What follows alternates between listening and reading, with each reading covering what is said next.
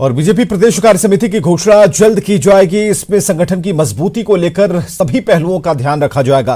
प्रदेश BJP अध्यक्ष ने news 18 से बातचीत में कहा कि प्रदेश संगठन चुनाव के बाद प्रदेश कार्य समिति के गठन को लेकर भी रायशुमारी चल रही है और जल्द ही इसकी घोषणा कर दी जाएगी। भारतीय जनता पार्टी की झारखंड प्रदेश की इकाई की पदाधिकारियों की घोषणा हो चुकी है, मोर्चों की घोषणा हो चुकी है। जहाँ तक कार्य समिति के घोषणा की बात है, पार्टी बहुत जल्द कार्य समिति की घोषणा करेगी। पार्टी में कार्य समिति के गठन की प्रक्रिया, कार्य समिति की संख्या, महिलाओं और एससी और एसटी के आरक्षण का प्रावधान है, उन सभी चीज़ों का पालन किया जाएगा। झारखंड ऊर्जा वितरण निगम ने एचईसी प्रबंधन पर 80 करोड़ का बिजली बिल बकाया होने का नोटिस भेजा है और इस महीने के अंत तक भुगतान नहीं होने पर एचईसी में बिजली आपूर्ति ठप कर देने की चेतावनी दी है। रांची विद्युत अधीक्षण अभियंता के मुताबिक एचईसी प्रबंधन ने पिछले 7 महीने से बिल का भुगतान नहीं किया और ऐसे में मैनेजमेंट को कम से कम 10 करोड़ तुरंत भुगतान करने को कहा गया है। एचईसी पर भी लगभग 80 करोड़ से अधिक रुपए का बकाया है और उनको भी हम लोग नोटिस दिए हैं कि आप लोग अपना पेमेंट कीजिए। तो उनके मैनेजमेंट के द्वारा आश्वासन किया गया है कि सर जो भी होगा उचित अमाउंट हम लोग इस महीने में पेमेंट करेंगे। लातेहार सदर प्रखंड से होकर गुजरने वाला जायत्री नदी का जलस्तर लगातार बारिश होने के बाद बढ़ता गया। दरअसल जायत्री नदी पर छलका नुमा पुलिया बना हुआ है। भारी बारिश की वजह से पुलिया के ऊपर से बाढ़ का पानी गुजर रहा है। ग्रामीण अपने रोजमर्रा की जरूरतों के लिए जान जोखिम में डाल रहे हैं, इस पुलिया को पार करते हैं। आए दिन हादसे होते हैं और ग्रामीणों ने जिला प्रशासन से अपील की है कि जायत्री नदी पर पुल निर्माण कराया जाए ताकि बाढ़ के पानी में बहकर किसी की जान न जाए।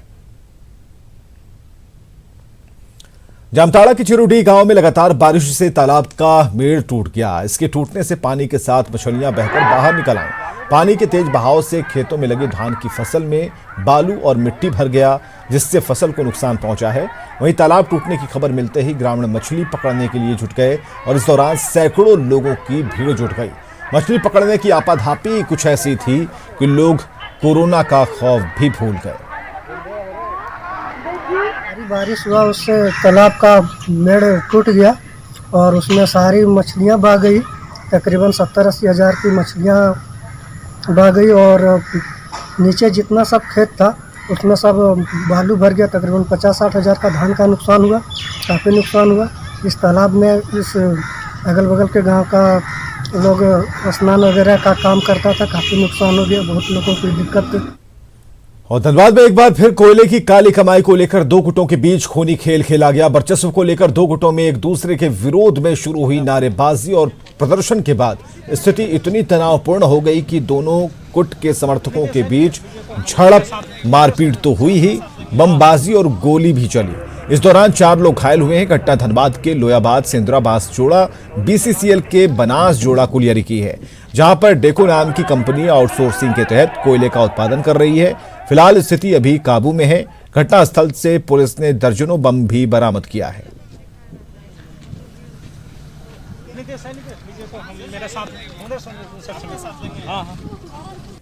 पूरा कांटा की तरफ से भीड़ आ रहा था। उसके बाद हम नीचे उतरे तो बोला ये मोहल्ले डी का, इसको भी मारो। शुभम चौहान मेरा ऊपर गोली चला दिया।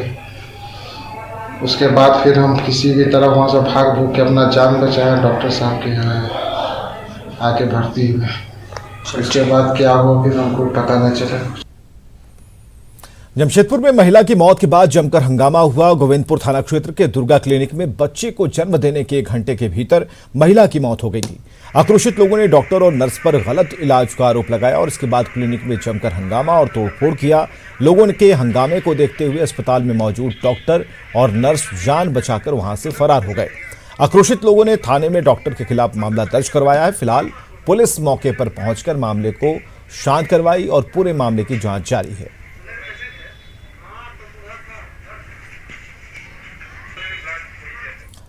इधर बोकारो के चास प्रखंड की शिक्षिका डॉक्टर निरुपमा कुमारी को राष्ट्रीय शिक्षक सम्मान के लिए चुना गया है। निरुपमा कुमारी राम रुद्र +2 उच्च विद्यालय की हिंदी शिक्षिका हैं और वो यहां पिछले 10 साल से पढ़ा रही हैं। डॉक्टर निरुपमा को शिक्षक दिवस के दिन राष्ट्रपति के हाथों सम्मान मिलेगा। न्यूज 18 से बातचीत में शिक्षिका डॉक्टर निरुपमा कुमारी ने सम्मान का श्रेय स्कूल के बच्चों और शिक्षकों को दिया है।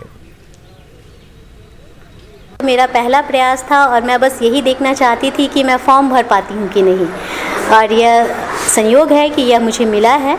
और यह किसी भी शिक्षक के जीवन का सबसे गौरवपूर्ण क्षण होता है, और इस क्षण की खुशी को शायद मैं शब्दों में नहीं आपको बता पाऊँगी, पर मुझे बहुत खुशी है और मुझसे जुड़े सभी लोगों को बहुत खुशी है, और उनकी खुशी देखकर मैं और ज़्यादा खुश हो रही हूँ। बोकारो के लिए, झारखंड के लिए, देश के लिए उपलब्धि है। बिल्कुल।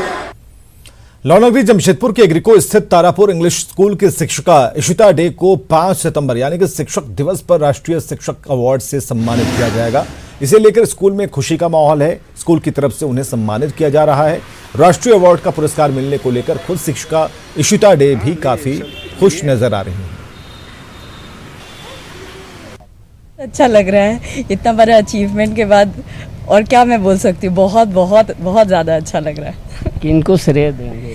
सबसे पहले तो स्कूल मैनेजमेंट को श्रेय देंगे कि मुझे इतना बड़ा अपॉर्चुनिटी मिला यहाँ काम करने के लिए, बोधनवाला सर का, मैम का, एंड उसके बाद हमारे प्रिंसिपल मैम का। जो भी मैंने सीखा है, जितना भी मैंने किया है, वो सारा क्रेडिट उनको जाता है। आज तो बहुत खुशी का दिन है, हम सबको बहुत अच्छा लग रहा है। इतने साल से आई थिंक 16 साल से इशिता मैम हमारे स्कूल में है, और आज उनका पूरा मेहनत का फल वो देख सकते हैं, तो हम बहुत खुश हैं। खबरें लगातार जारी हैं, आप बने रहिए हमारे साथ।